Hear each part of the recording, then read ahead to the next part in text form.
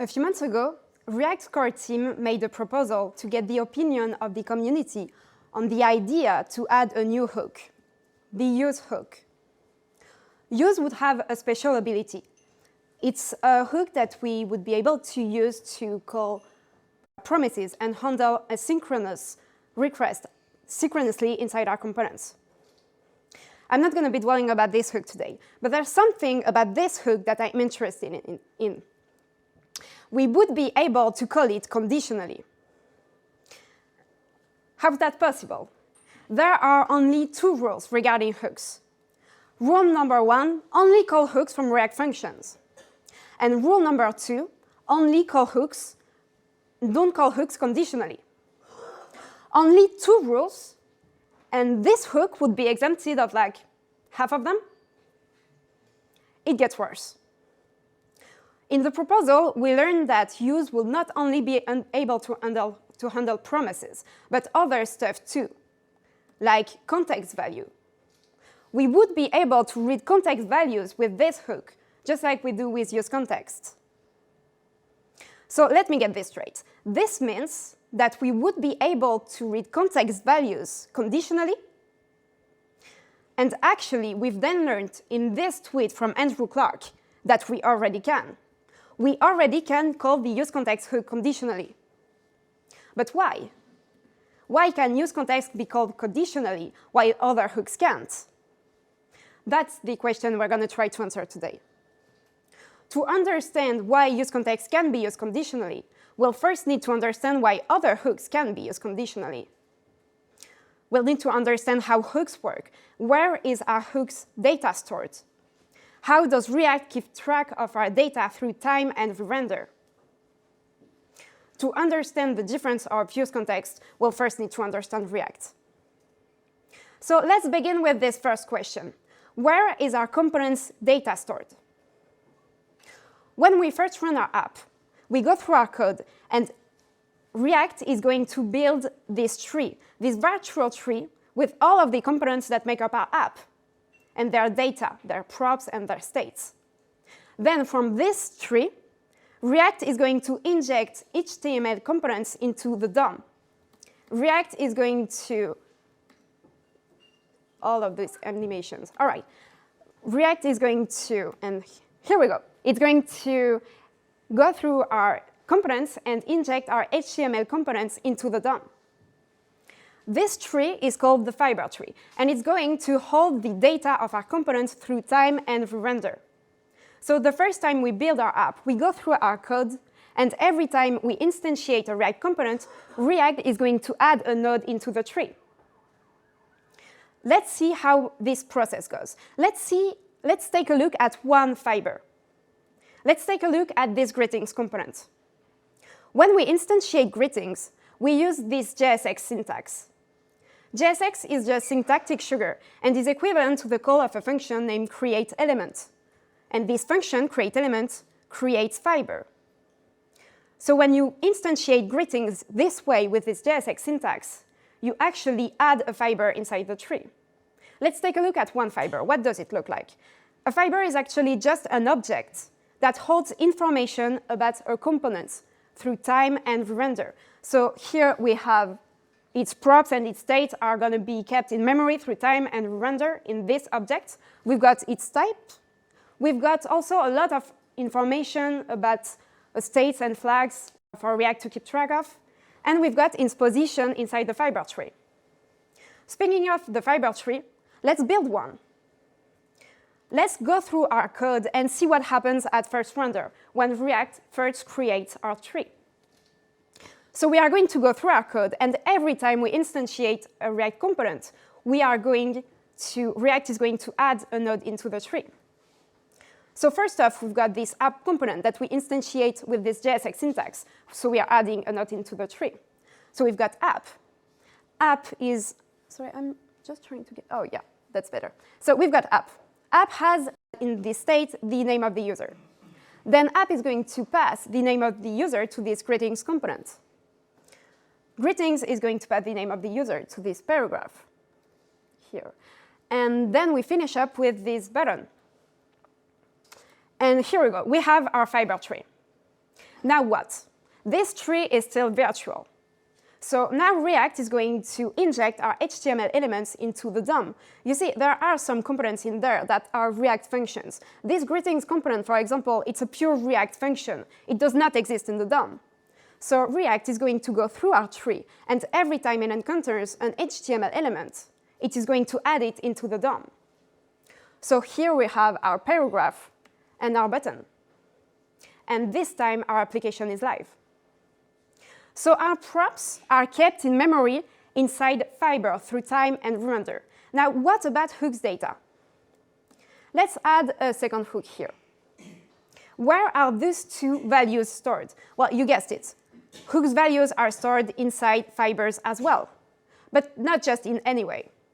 They are stored inside a linked list, where every hook value points towards the next one.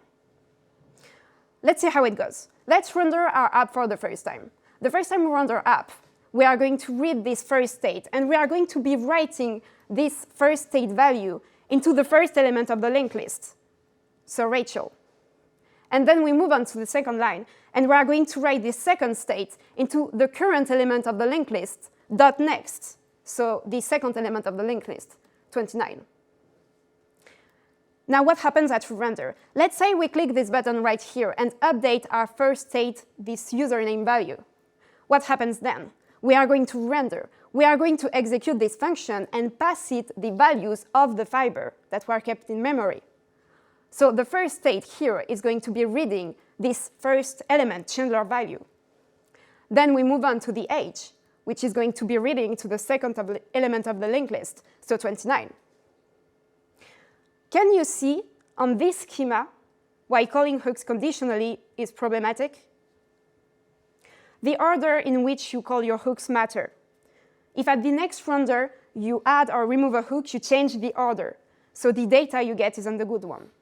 Let's make a quick demonstration here. We add a third state, which is just a Boolean, and according to this Boolean, we are going to define this state, this name state, conditionally. Let's render our app for the first time. First off, we have this first show name, which is going to be writing into the first element of the linked list, false. Then we don't pass this condition, so we have this second state, age, which is going to be writing into the second element of the linked list, 29.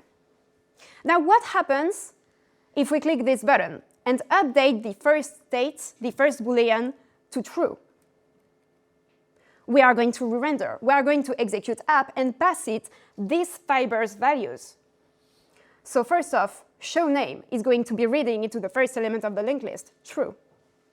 Then we pass, this time, this condition, and we define this second state, name, which is going to be reading into the second element of the linked list. So name is going to be 29.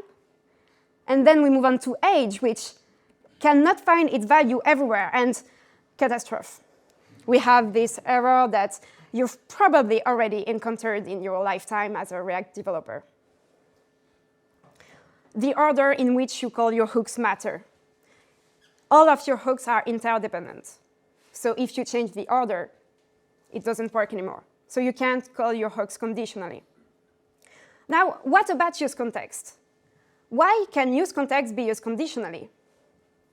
Let's take this example, which is pretty much the same one as the first one, but we just provide this user value inside this context. The answer lies into our fiber tree. So let's build it. First off, we have this context value. Then we instantiate this app component. App has the name of the user that it passes to the context provider. The provider is followed below by this greetings component that reads the value from the context, and it passes it to this paragraph. Then we finish off with this button that we can click to change our context value. This is our tree. Can you see on this schema why useContext can be used conditionally? Let's add a second state here. Hooks, like useState or useEffect,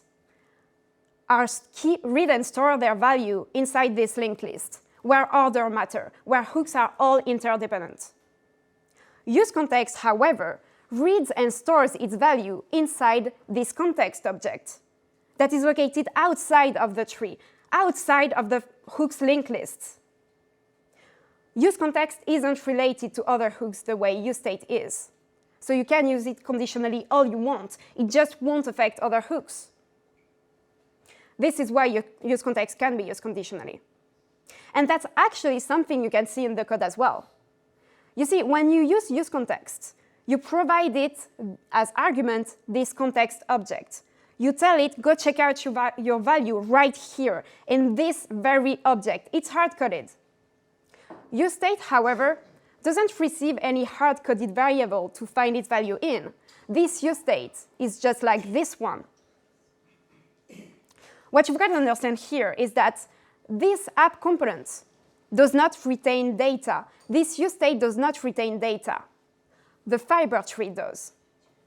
So when you use when you use useState, useState is going to be reading its value from the linked list of hooks.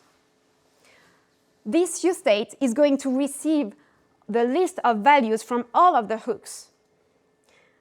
So how does useState know which one of these values belongs to it? As this useState is just the same as this one. There is no identifier here to differentiate them. So how does this one know which one of these values belongs to it? It relies on order. That's the implementation that was decided. So this is why useContext can be used conditionally. But something still seems to be missing. How does this work, actually? How does context work? I mean, all right, this context object, the value is stored there, and useContext can read its value from the context object. But if this object is located outside of the tree, how is it updated? So to fully understand our demonstration here, I'd like to go a little bit deeper and to really understand how contexts work underneath, how a context value is updated. OK, guys, the next couple of minutes are going to be quite intense. To understand, I continue. To understand how a context value is updated, we'll first need to know how any regular component is updated. So we'll get some theory here on React's rendering behavior. So bear with me. All right, how is a context value updated? Let's click this button right here and update our context value. Let's see what happens. Here, we are triggering a set state. What we're going to do is we are going to make a copy of our tree and calculate a new version of our fibre tree. Then React will be able to compare this new fibre tree that corresponds to our new state, our new render, compare this one to the one from the previous order. Then it will know which components have changed and which components should be updated in the DOM. But when we calculate this new version of our fibre tree, we don't actually render every single component. That would be inefficient. Only the ones that may have changed. So let's see how this calculation process goes. Let's hit this button and update our context value. What happens now? First thing, several things. Because we're triggering a set state, so several things are going to happen. First thing, we are going to duplicate our current fibre tree. We are going to make this copy that we are going to update to correspond to our new state. But till now, this is just a copy of the previous tree. Second thing, we are going to flag the component that holds our state as needing to render. So this app component, we changed this user state. So we are going to flag app as needing to render with this render flag. And lastly, we are going to traverse our tree and re-render the components that we have to. So we'll be visiting every fiber, and for each of them, we are going to wonder, should we render this component? If we have to, render it. Otherwise, we bail out. We rage quit. We don't re-render, and we move on to the next fiber. So we begin at the top of our tree with this app component, and we'll be using this small work in progress flag to remember, to keep in mind which fiber is currently being visited. So first off, app. Should we re-render app? Well, there are two criteria for a component to be rendered. If it matches either one of them, we are re-rendering. Otherwise, we don't. The first one being flagged for re-render. And app is flagged for re-render. So fair enough, we re-render app. What does this mean? It means executing its function component. So we are going to execute app, and we are going to pass it the value of the fiber. So first off, we get the, oh yeah, sorry, let's add up some color to this schema. It will be more beautiful. So let's put in blue the components that are the fibers that are rendered, just to keep it in mind. So yeah, we render app, we execute its function component. So first off, we are going to read the new value that we just updated, get this new state. Then we are going to go through all of this JSX. So here, if we take a closer look at this greetings component, we are using the JSX syntax. And remember, JSX is equivalent to the call of create element, which creates fibers. So here, in our new tree, we are going for this greetings fiber to remove it and to add a whole new one. This is a new fiber. Something you have to notice here, and it will be useful later, is that as we're creating a new object for this greetings component, for this greetings fiber, we are also creating a new object for these props. So this is a new object. It will be useful later. And let's put it in orange. New fibers are in orange. Beautiful color. All right, so greetings and all of the components that are instantiated in app with this JSX syntax are going to be, we're going to create new fibers for all of them. So for this auth provider as well. And as we're creating a new fiber for auth provider, we are also going to pass it the new props value, so the value of the user that we just changed. So we are going to create new fibers for auth provider and for the button as well. And we're done with app. So we can move on to the next fiber, the provider. Should we render the provider? Well, it was not flagged for render. Oh, sorry, just my mouse.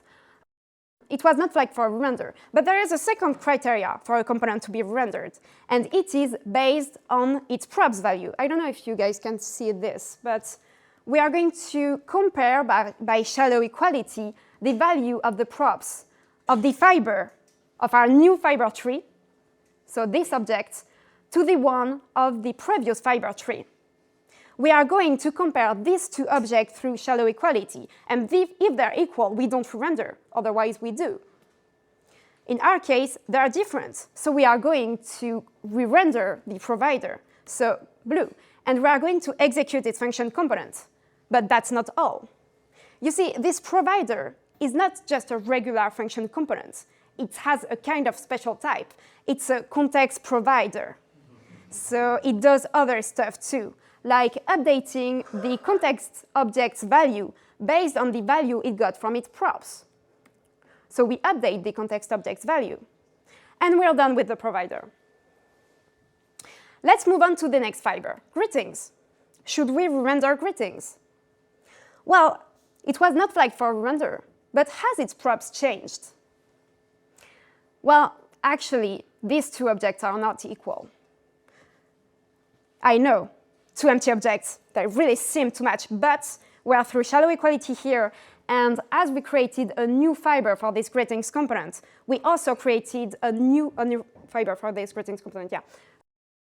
If I say something that doesn't make sense, and sorry. So yeah, we created a new object for greetings, and we created a new object for this props object as well. This is a new object, new reference. So through shallow equality, these two objects are not equal, because in JavaScript, empty object equals empty object is false through shallow equality. So these two objects are different, and we don't match this criteria. So we do have to re-render greetings. So we re-render greetings, and we execute its function components. So first off, we are going to read the new context value from the context objects, and we are going to create this new fiber for this paragraph and pass it the new context value. We're done with greetings. We can move on to the paragraph, which is rendered as well, as its props object is not the same either. And we can move on to the button, which is rendered as well. And we're done traversing our tree. Now what?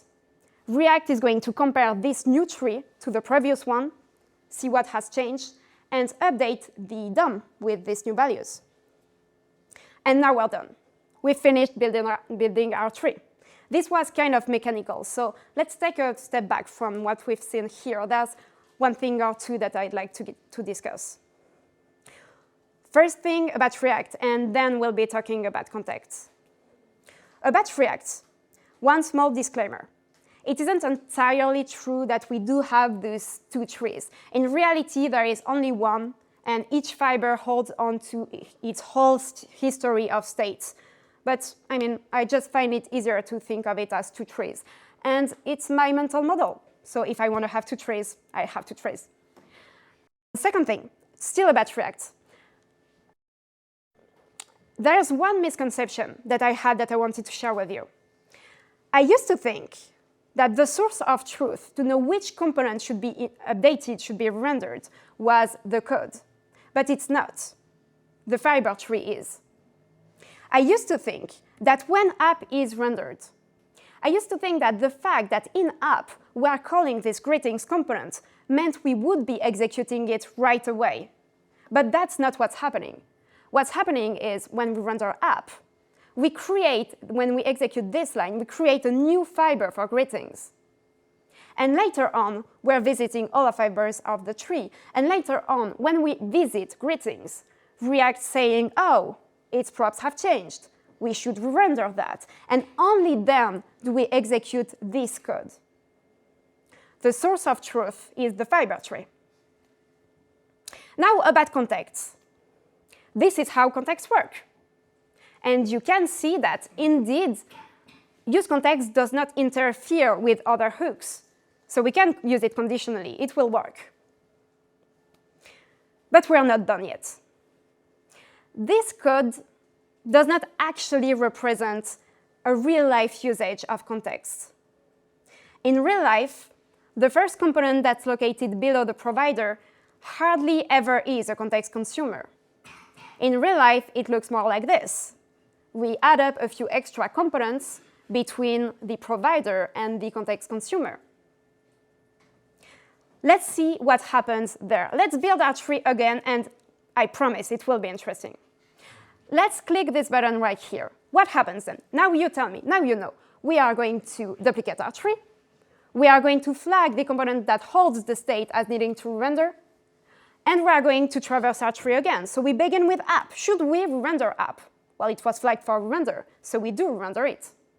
We execute app, so we get the new value from the context. And then we go through this JSX, so we create new fibers for new value. So we create new fibers for the provider, this A component, and the button. And we move on to the provider, which is rendered, as its props have changed. We update the context value, and we move on to A, which is rendered as this is a new object. So yeah, different references, not equal through shadow equality. So we render A. We execute A and create this new fiber for B.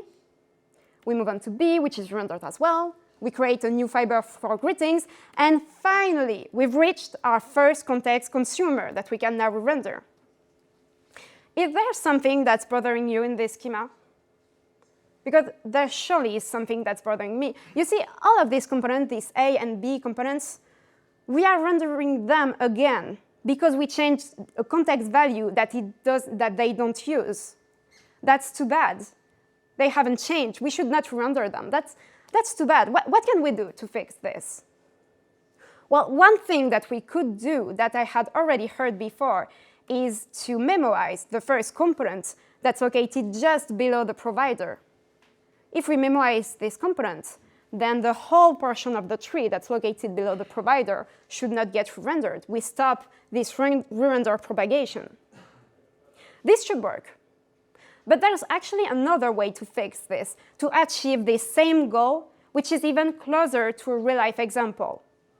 And it is, have you guessed it, to extract our provider into its own component and to pass the rest of the tree as a children prop.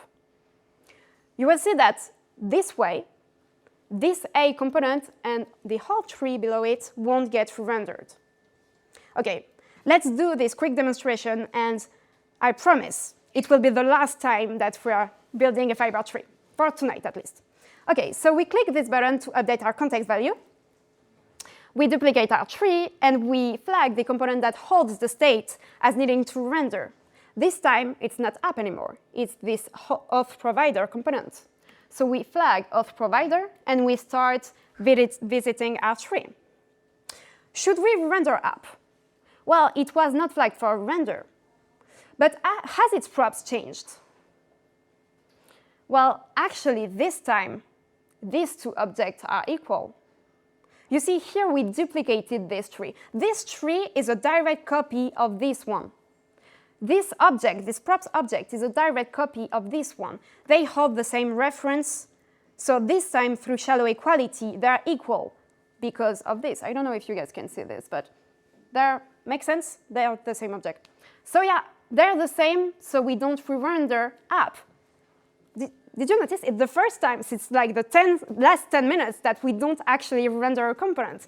It feels great. OK, let's move on to the provider. We render it. Of course, it was flagged for a render.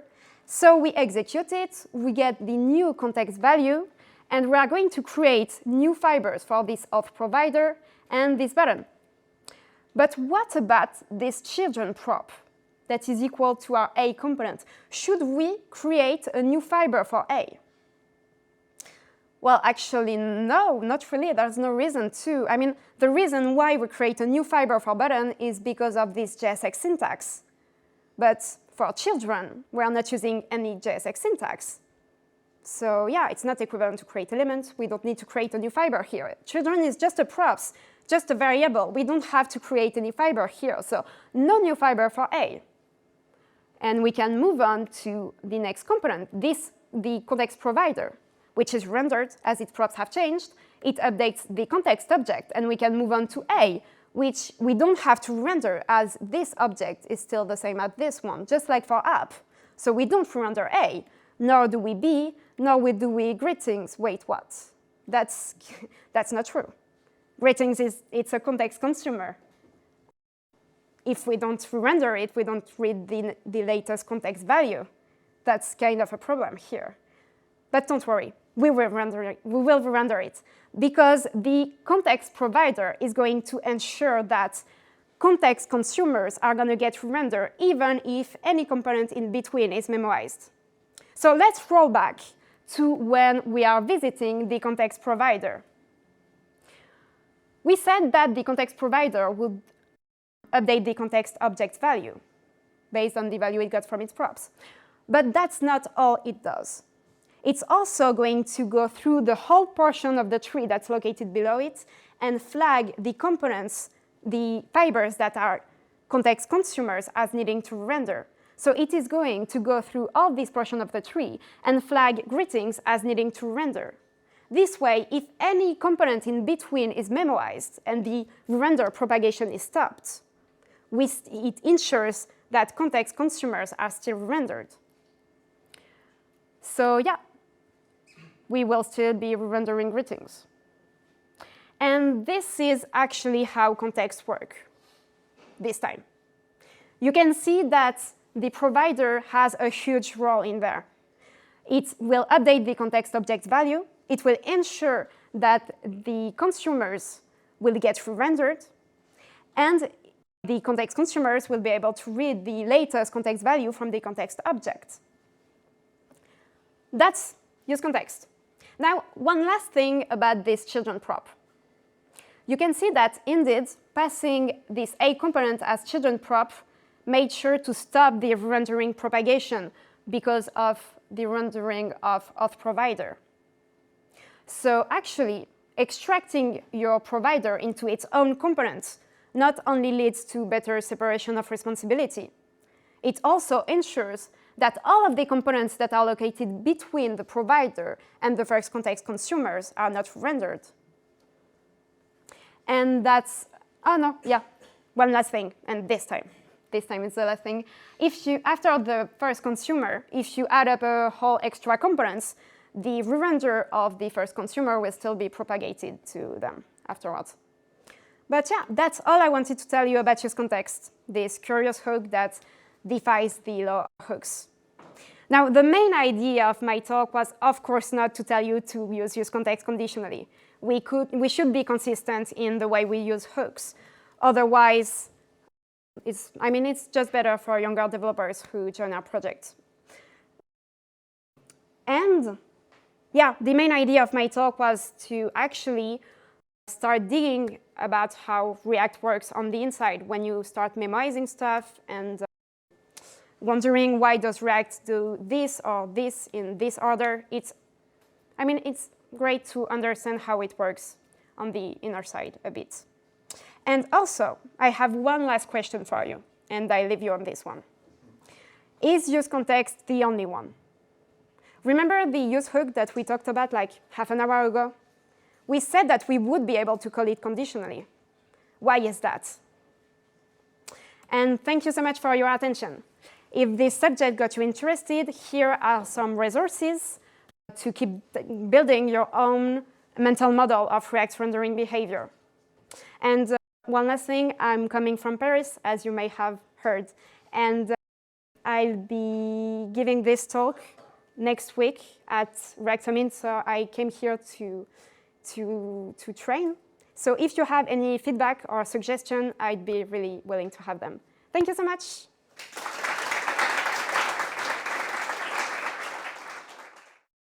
I have a question, actually, Charlotte. So, I always find the situations where I want to learn more about these React Native functions and the implementation of it. While doing the research for the talk, do you have any advice for how maybe beginners to React Native can find out more about those types of functions? Which types of functions did you say? So the hooks or anything that's already supplied by the React Native library? To understand how they work? How it works. Okay. So for hooks, there is this awesome video that was made where I don't know who this person was, but he was recording hooks. I added the link on this slide, so I will send it. But this is great. And also the React documentation is absolutely amazing. There are a lot of stuff in there. Thanks for that. Just curious, maybe you haven't looked into this, so it's fine, but have you looked into how the behavior of these contexts is going to differ after React Forget comes out? No, actually. Okay. That would be very interesting. Second talk next year. Sorry, good talk. The use reducer, it falls in which category? Use reducer, well, it's just, all of the hooks fall into the first one category, and that I know of, there are only useContext and use, which are kind of different, but use reducer actually needs to store a value. useContext is different because it stores a value inside a different object. Use is different because it does not store a value that it has to remember through different renders. But use reducer and use state and use effect and use memo and most of them, they all need to remember data through time, through different renders. So they must, that I know of, all of them fall into the first category. One of the things that you mentioned was that actually the fiber tree isn't replicated, but each fiber holds a history of its states. What are the performance implications of that over time? So if you're constantly changing states, is memory just being eaten up, or how exactly does that work? Okay, I said that we created new fibers every time, but I do believe that fibers are kind of recycled.